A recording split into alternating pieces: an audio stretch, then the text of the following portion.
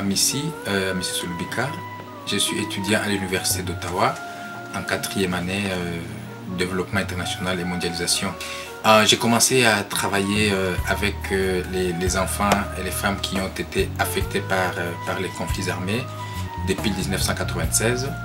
Et c'était juste que je voulais m'assurer que les enfants, leurs droits sont respectés.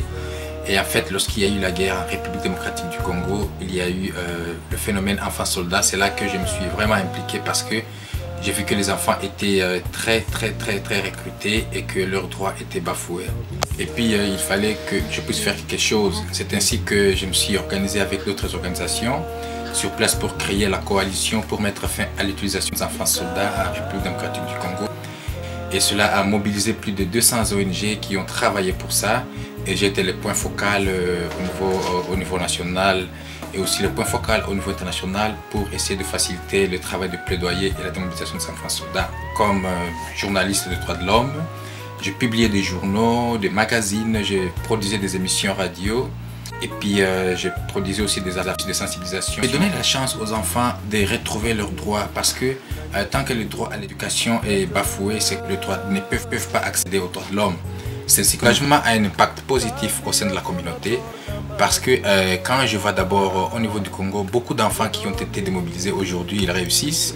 C'est sûr que cet impact sera vraiment très positif au niveau de la communauté parce que les jeunes seront très impliqués et tout le monde va voir comment est-ce que les jeunes sont en train d'être impliqués dans le rôle de la consolidation de la paix et que les jeunes vont essayer de travailler aussi pour essayer de lutter contre ces recrutements et aussi participer à l'injustice dont ils ont été victimes depuis bien longtemps pour que leurs droits soient respectés aussi. Je vais donner la chance aux enfants de retrouver leurs droits parce que tant que le droit à l'éducation est bafoué, c'est que les droits ne peuvent pas accéder aux droits de l'homme. C'est ainsi que nous voulons donner un espoir aux enfants et c'est ainsi même ici au Canada, je suis en train de travailler avec les jeunes qui sont issus des zones de conflits pour que ces enfants puissent être des bâtisseurs de la paix et que ces enfants puissent apporter de l'espoir à d'autres enfants. Je mobilise tous ces jeunes pour qu'ils puissent travailler et être vraiment des vrais médiateurs.